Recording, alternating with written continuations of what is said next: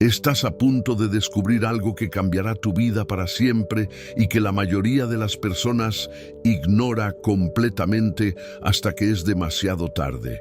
En este preciso momento, mientras escuchas estas palabras, hay fuerzas invisibles trabajando en tu contra, enemigos que no puedes ver conspirando en las sombras, traiciones gestándose en los lugares donde menos lo esperas. Tu vida pende de un hilo más delgado de lo que imaginas, y las decisiones que tomes en los próximos minutos determinarán si sobrevivirás a la tormenta que se avecina o si serás consumido por ella. La enfermedad, la traición, el abandono, la ruina total están más cerca de lo que crees, y solo hay una forma de protegerte de este destino aterrador. No apagues este video porque lo que estás a punto de escuchar podría ser la diferencia entre la vida y la muerte espiritual. Hola, soy Benjamín y hoy vamos a explorar juntos uno de los salmos más profundos y menos comprendidos de toda la Escritura, el Salmo 41. Un texto que habla directamente al corazón de quien ha experimentado la vulnerabilidad más absoluta, la traición más dolorosa y la necesidad desesperada de la misericordia divina. Antes de que entremos de lleno en esto, si tú, como yo, crees que hay un poder superior, una luz más allá de la oscuridad, te invito a que dejes tu me gusta ahora mismo. Es un acto sencillo, una declaración de tu fe sin palabras, un pequeño sí a Dios en medio del ruido. Este gesto simple es tu manera de decir que en medio de todas las dudas y todas las pruebas, sigues eligiendo creer. El Salmo 41 comienza con una de las promesas más hermosas y necesarias de toda la Biblia. Bienaventurado el que piensa en el pobre, nos dice el salmista David, en el día malo lo librará el Señor. Estas palabras no son simplemente un consejo piadoso o una sugerencia moral, son una revelación profunda sobre cómo funciona el reino de Dios, sobre cómo la compasión que mostramos se convierte en la protección que recibimos. El término hebreo que aquí se traduce como pobre o débil es dal, que significa literalmente el que está colgando, el que está suspendido en el aire sin nada que lo sostenga, vulnerable, expuesto, completamente a merced de las circunstancias. David está hablando de aquellos que no tienen defensa propia, de los que han caído en desgracia, de los enfermos, de los abandonados, de los que todos los demás han decidido ignorar. Y la promesa es clara: el Señor lo librará en el día malo. El Señor lo sustentará sobre el lecho del dolor, lo transformará en su enfermedad. Aquí encontramos una de las verdades más contraintuitivas del Evangelio. En el momento de nuestra mayor debilidad, cuando estamos postrados en cama, cuando la enfermedad nos ha despojado de nuestra fuerza, cuando los amigos se han alejado y los enemigos se han multiplicado, precisamente en ese momento Dios promete estar más cerca. Pero esta promesa viene con una condición previa que a menudo pasamos por alto. La protección divina en nuestros momentos de vulnerabilidad está directamente relacionada con la compasión que hemos mostrado hacia los vulnerables. Cuando nosotros estábamos fuertes, David continúa el Salmo desde un lugar profundamente personal. Yo dije: oh Señor, ten misericordia de mí, sana mi alma porque contra ti he pecado. Aquí el rey David, el hombre conforme al corazón de Dios, el conquistador de gigantes, el compositor de himnos celestiales, se presenta ante nosotros en su fragilidad más absoluta. No está pidiendo sanidad física primero, está pidiendo sanidad del alma. Reconoce que su enfermedad, su vulnerabilidad, su sufrimiento tienen una dimensión espiritual que va más allá de lo meramente corporal. Ha pecado contra Dios, y esa ruptura en la relación vertical con el Creador ha abierto la puerta a todo tipo de sufrimiento horizontal en sus relaciones humanas. Y entonces viene la parte más dolorosa del Salmo. Mis enemigos dicen mal de mí, preguntándose cuándo morirá y perecerá su nombre. El que viene a verme habla mentira, su corazón recoge iniquidad y al salir fuera la divulga. Imagina esta escena. David está en su lecho de enfermo, debilitado, vulnerable, incapaz de defenderse. Y aquellos que supuestamente venían a visitarlo, a consolarlo en su aflicción, en realidad están recopilando información para usarla en su contra. Llegan con caras de preocupación, con palabras de consuelo superficial, pero sus corazones están envenenados con malicia. Observan cada signo de debilidad, escuchan cada queja, memorizan cada detalle de su sufrimiento, no para interceder por él, sino para divulgarlo afuera, para usarlo como arma contra él, para acelerar su caída. Reunidos, murmuran contra mí todos los que me aborrecen, contra mí piensan mal, diciendo de mí que un mal incurable se ha apoderado de él y que no volverá a levantarse de donde está postrado. La crueldad de estas palabras es casi insoportable. No solo desean su mal, lo declaran como un hecho consumado. Han decidido en sus corazones que David está acabado, que su tiempo ha terminado, que nunca se recuperará. Y lo más devastador es que están esperando, casi anhelando que así sea. La enfermedad de David se ha convertido en una oportunidad para sus enemigos, una ventana de tiempo durante la cual pueden conspirar sin temor a represalias, porque el que podría detenerlos está demasiado débil para moverse. Pero luego viene el verso más punzante de todo el Salmo, el que atraviesa el corazón como una espada. Aun el hombre de mi paz, en quien yo confiaba, el que de mi pan comía, alzó contra mí el calcañón. Este no es un enemigo cualquiera, este no es alguien de quien David podría haber esperado traición. Este es el hombre de su paz, alguien con quien compartía intimidad, alguien en quien había depositado su confianza más profunda, alguien que comía de su mesa.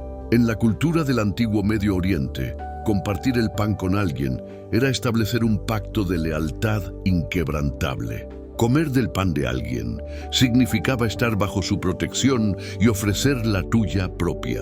Era un símbolo de hermandad, de compromiso mutuo, de fidelidad hasta la muerte.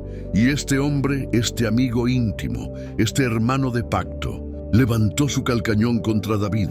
La imagen es la de un caballo que patea a su jinete, de alguien que usa su posición de cercanía no para proteger, sino para herir con mayor efectividad. Jesús mismo citaría este verso en el Evangelio de Juan cuando hablaba de Judas Iscariote, identificando su propia traición como el cumplimiento profético de lo que David había experimentado 1000 años antes.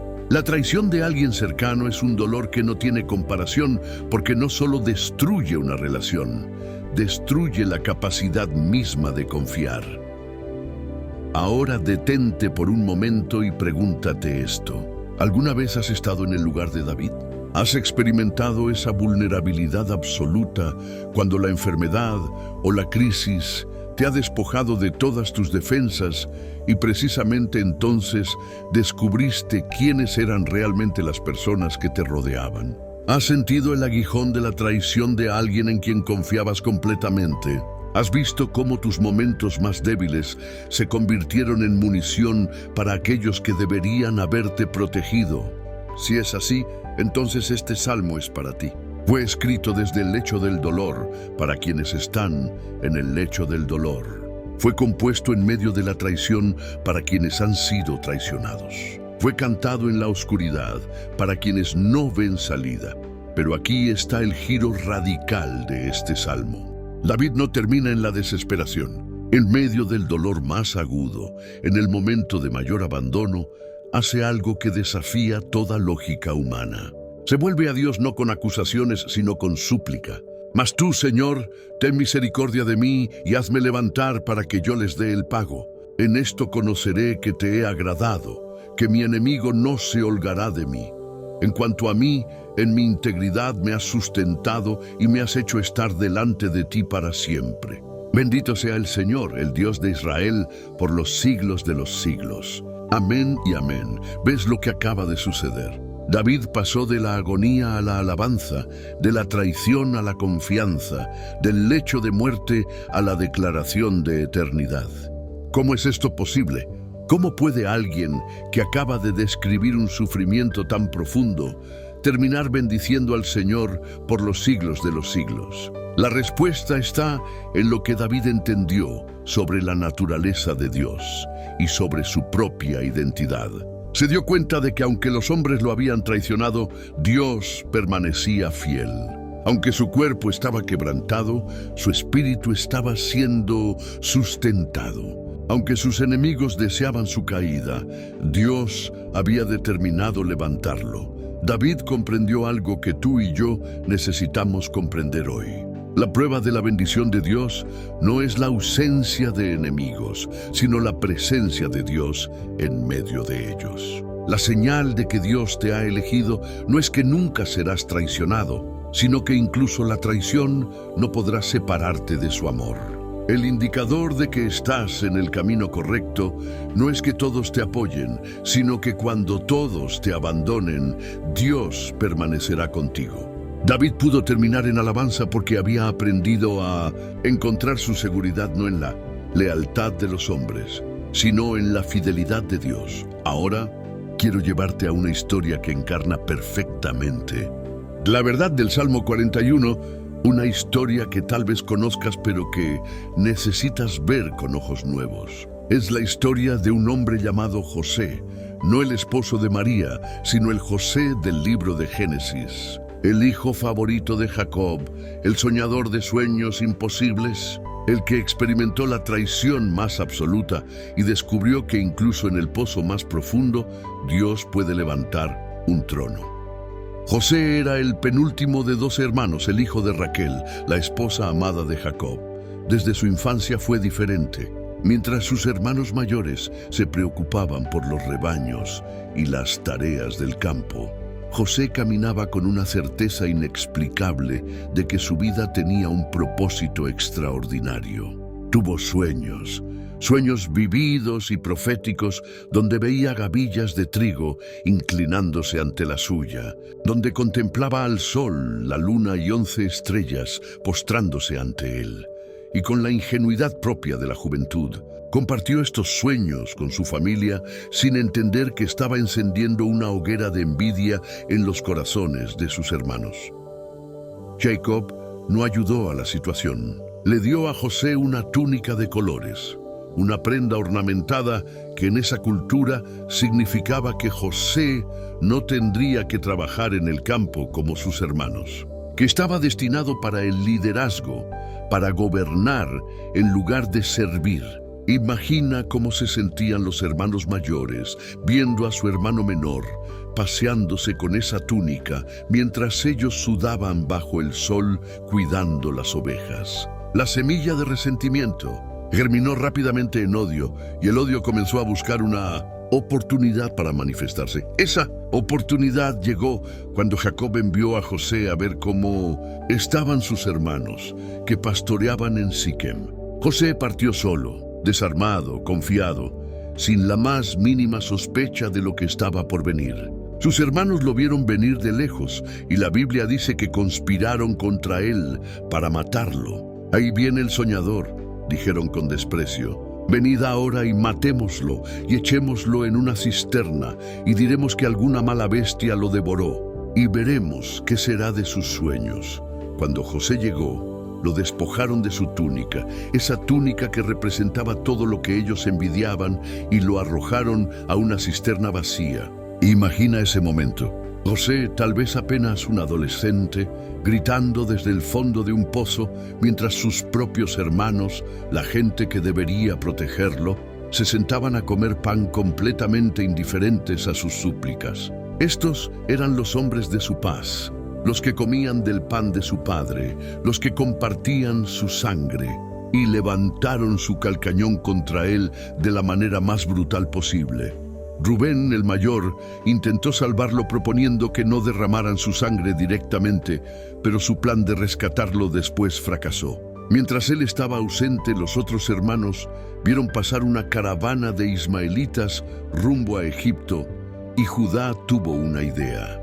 ¿Qué provecho hay en que matemos a nuestro hermano y encubramos su muerte? Venid y vendámoslo a los ismaelitas, y no sea nuestra mano sobre él, porque él es nuestro hermano, nuestra propia carne.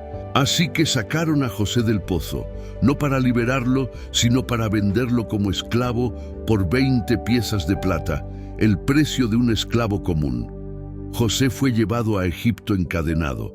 El joven que había soñado con grandeza ahora marchaba junto a camellos y mercancías, reducido a una posesión, a un objeto que podía comprarse y venderse. Fue adquirido por Potifar, capitán de la guardia del faraón, un hombre poderoso en la corte egipcia. Y aquí es donde la historia toma un giro inesperado, porque en medio de la esclavitud, en medio de la injusticia más absoluta, la Biblia dice que el Señor estaba con José y fue varón próspero. ¿Cómo puede ser próspero un esclavo? ¿Cómo puede prosperar alguien que ha perdido su familia, su identidad, su libertad? Porque la prosperidad de Dios no depende de las circunstancias externas, sino de su presencia interna. José prosperó en la casa de Potifar porque llevaba a Dios consigo. Trabajó con tal excelencia, con tal integridad, con tal sabiduría que Potifar le confió toda su casa. Todo lo que tenía lo puso en manos de José y no se preocupaba de cosa alguna sino del pan que comía. Pero entonces llegó otra prueba, tal vez más difícil que la primera. La esposa de Potifar puso sus ojos en José. Día tras día lo tentaba, lo seducía, le ofrecía placer y posiblemente poder. Pero José se negó. ¿Cómo podría hacer este gran mal y pecar contra Dios? Le respondió. Nota que no dijo pecar contra Potifar, sino pecar contra Dios. José había aprendido lo que David escribiría siglos después en el Salmo 41. Que el pecado es fundamentalmente contra Dios, que la integridad no es una cuestión de audiencia humana, sino de conciencia divina. La mujer, despreciada y furiosa, lo acusó falsamente de haber intentado violarla. Usó como evidencia la ropa de José que ella misma había arrancado en su intento de seducirlo. Y José fue enviado a la cárcel. No cualquier cárcel, sino la cárcel del rey, donde estaban los presos del rey. Imagina el dolor de José en ese momento. Había resistido la tentación, había mantenido su integridad, había hecho lo correcto ante Dios. Y su recompensa fue la prisión. Había sido traicionado por sus hermanos, ahora era traicionado por la esposa de su amo. Había caído de la casa de un hombre poderoso al lugar más bajo de la sociedad egipcia. Pero una vez más, la Biblia repite la frase que se convierte en el hilo conductor de toda la historia. El Señor estaba con José. En la prisión, José encontró favor ante el jefe de la cárcel, quien puso en sus manos a todos los presos. Todo lo que se hacía allí, él lo hacía. José había pasado de ser el favorito de su padre, a esclavo, a administrador de una casa, a prisionero, a administrador de una prisión. En cada caída Dios lo levantaba. En cada traición Dios lo posicionaba. En la cárcel, José conoció al copero y al panadero del faraón. Ambos tuvieron sueños que José interpretó correctamente. Al copero le dijo que sería restaurado a su posición. Al panadero le dijo que sería ejecutado. Y le pidió al copero que se acordara de él cuando fuera restaurado, que mencionara su caso al faraón, que lo ayudara a salir de esa injusticia. Pero cuando el copero fue liberado, se olvidó completamente de José. 2 años más pasaron en la oscuridad de esa prisión. 2 años de espera, de silencio, de aparente abandono divino, hasta que una noche el faraón tuvo un sueño que ninguno de sus sabios pudo interpretar. Entonces el copero finalmente se acordó de José. Lo sacaron apresuradamente de la cárcel, lo asearon, lo vistieron y lo llevaron ante el hombre más poderoso del mundo conocido. El faraón le contó sus sueños, y José, sin titubear, sin buscar gloria para sí mismo, dijo que no estaba en él la interpretación, sino que Dios daría respuesta propicia al faraón. Explicó que vendrían 7 años de abundancia, seguidos de 7 años de hambruna terrible, y propuso un plan para salvar a Egipto y a las naciones circundantes. El faraón, reconociendo la sabiduría divina en José, Lo nombró gobernador de todo Egipto, segundo solamente después de él. Le puso su anillo, lo vistió con ropas de lino fino, le puso un collar de oro en el cuello y lo hizo pasear en su segundo carro mientras pregonaban delante de él doblar la rodilla. José tenía 30 años. Había pasado 13 años desde que fue vendido por sus hermanos. 13 años de esclavitud, injusticia, prisión y olvido. Pero en un solo día, Dios lo levantó del calabozo al palacio, de prisionero a primer ministro, de olvidado a indispensable. Durante los años de abundancia, José trabajó incansablemente almacenando grano.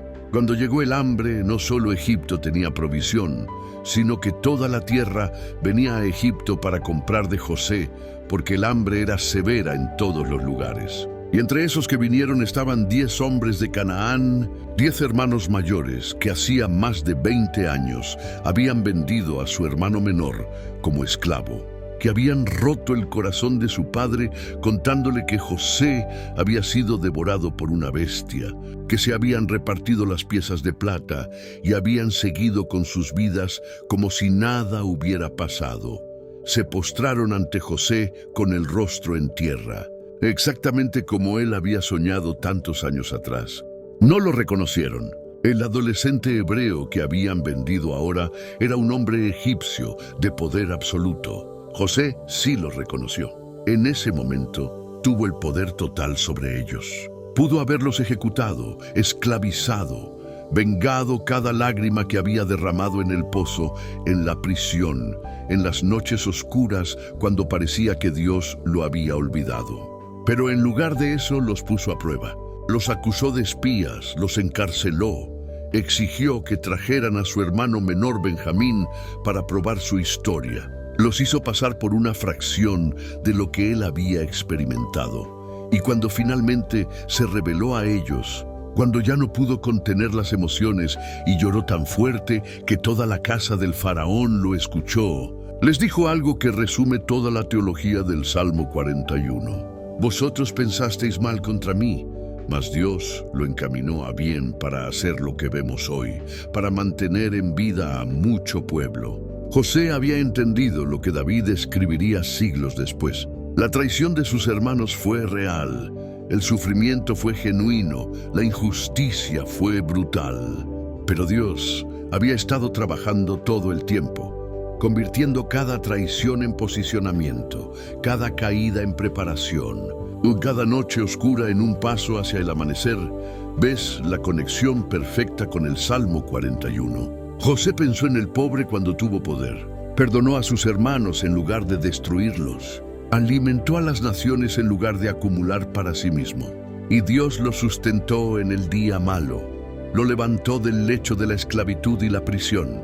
Confundió a sus enemigos al convertir sus planes malignos en instrumentos de salvación. Aquellos que alzaron el calcañón contra él terminaron dependiendo de él para su supervivencia.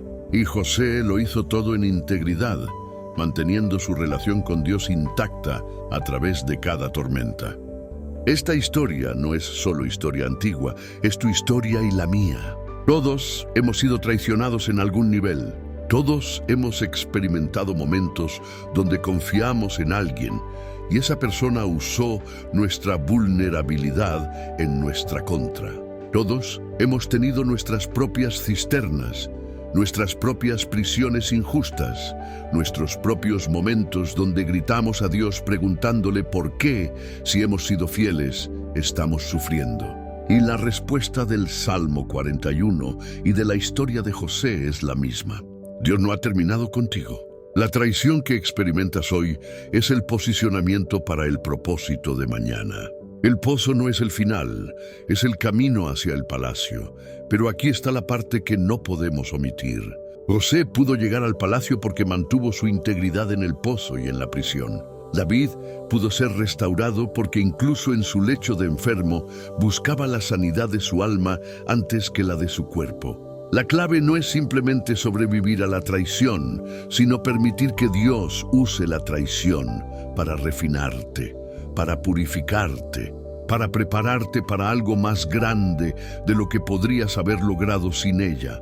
Entonces te pregunto ahora mismo, mientras escuchas estas palabras, ¿estás en el pozo o en la prisión? ¿Te sientes traicionado, abandonado, olvidado? Parece que tus sueños han muerto y que aquellos en quienes confiabas te han vendido. Si es así, necesitas saber esto. Dios está contigo ahora mismo. Está contigo en el pozo. Está contigo en la prisión y está preparando tu palacio. Lo que el enemigo pensó para mal, Dios lo está encaminando a bien. La traición que te destruiría está siendo transformada en el trampolín hacia tu destino. Pero tienes que hacer tu parte. Tienes que mantener la integridad como José. Tienes que volver tu corazón a Dios como David. Tienes que confesar tu pecado, buscar la sanidad de tu alma, extender misericordia incluso a aquellos que no te la mostraron a ti, porque el principio del Salmo 41 sigue vigente. Bienaventurado el que piensa en el pobre, en el vulnerable, en el que está colgando sin nada que lo sostenga. Si quieres que Dios te sostenga en tu día malo, necesitas sostener a otros en el suyo. Y ahora, antes de que terminemos, quiero guiarte en una oración que surge directamente del corazón del Salmo 41. No importa dónde estés mientras escuchas esto. Si estás caminando, conduciendo o acostado, quiero que por un momento te sintonices completamente con la presencia de Dios. Cierra tus ojos si puedes hacerlo de manera segura. Respira profundamente y permite que las palabras que voy a decir se conviertan en tu propia conversación con el Padre Celestial. Vengo ante ti como David vino, como José vino en los momentos más oscuros de su vida, reconociendo que sin ti no soy nada, que toda mi fuerza viene de ti, que cada aliento que tomo es un regalo de tu mano. Señor, confieso que he pecado contra ti, no solo contra las personas que me han herido, sino contra ti, que eres santo, justo y bueno. He albergado resentimiento en mi corazón, he guardado amargura, he deseado venganza en lugar de restauración. Perdóname, Padre, sana mi alma antes de sanar mi cuerpo. Restaura mi relación contigo antes de restaurar mis circunstancias. Porque sé que si mi alma está bien, puedo soportar cualquier tormenta, pero si mi alma está enferma, ninguna bendición externa me satisfará. Señor, te traigo ahora mi dolor más profundo. Sabes quién me ha traicionado. Conoces cada palabra que se ha dicho en mi contra. Has visto cada conspiración, cada murmuración, cada plan malicioso. Has estado presente en cada momento donde me sentí completamente solo. Y Padre, te pido que me des la gracia de perdonar como José perdonó, de bendecir como David bendijo, de ver más allá de lo que mis ojos naturales pueden ver, hacia lo que tú estás haciendo en lo invisible. Ayúdame a entender que lo que el enemigo pensó para mal, tú lo estás encaminando a bien. Dame la capacidad sobrenatural de confiar en tu bondad, incluso cuando mis circunstancias gritan lo contrario. Te pido, Señor, que pienses en mí, en mi vulnerabilidad. Estoy débil, estoy cansado, estoy al límite de mis fuerzas. Soy el pobre que está colgando sin nada que lo sostenga, excepto tus manos eternas. Sé mi fortaleza cuando no tengo ninguna. Sé mi defensa cuando no puedo defenderme. Sé mi vindicación cuando todos hablan mal de mí. Levántame del lecho de mi aflicción. Transforma mi enfermedad en testimonio. Convierte mi prisión en plataforma. Usa mi dolor para posicionarme para mi propósito. Y sobre todo, Padre, manténme en integridad a través de todo esto. No permitas que la traición endurezca mi corazón. No dejes que el sufrimiento me amargue. No permitas que la injusticia me convierta en alguien injusto. Declaro ahora mismo que confío en ti. Confío en que estás conmigo en el pozo. Confío en que no me has olvidado en la prisión. Confío en que aunque tarde, aunque el proceso sea largo, aunque haya momentos donde parezca que has guardado silencio, tú eres fiel. Tú eres bueno y tú cumplirás tu propósito en mi vida. Gracias por cada prueba que me ha fortalecido. Gracias por cada traición que me ha enseñado a depender de ti y no de los hombres. Gracias por cada noche oscura que ha hecho más brillante el amanecer que viene. Y te alabo de antemano por la restauración que aún no veo, por la vindicación que viene en camino, por el propósito que se está cumpliendo justo ahora mientras oro. Padre, también te pido que me des un corazón sensible hacia los vulnerables. Así como he experimentado vulnerabilidad, ayúdame a reconocerla en otros. Dame ojos para ver a los que están en el pozo, en la prisión, en el lecho de la aflicción. Úsame como instrumento de tu consuelo. Que mi historia de restauración se convierta en esperanza para aquellos que aún están en medio de su tormenta. Y cuando me levantes, cuando me lleves del calabozo al palacio, dame la humildad de recordar de dónde me sacaste y la compasión de extender mi mano a aquellos que están donde yo estuve. Bendito seas, Señor Dios de Israel, por los siglos de los siglos. Tu fidelidad permanece para siempre. Tu misericordia se renueva cada mañana. Tu gracia es suficiente para cada prueba. En ti confío, en ti descanso, en ti encuentro mi paz. Amén y amén.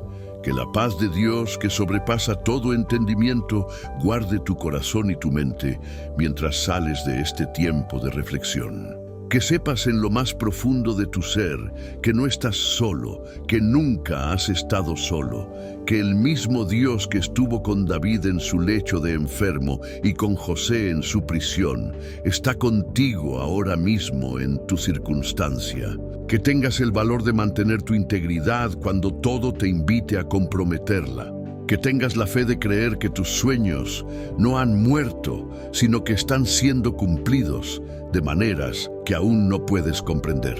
Y que cuando Dios te levante, y lo hará, puedas mirar atrás y decir como José dijo, lo que pensaron para mal, Dios lo encaminó a bien. Ve en paz, hijo amado de Dios, tu historia aún no ha terminado. El mejor capítulo está por escribirse.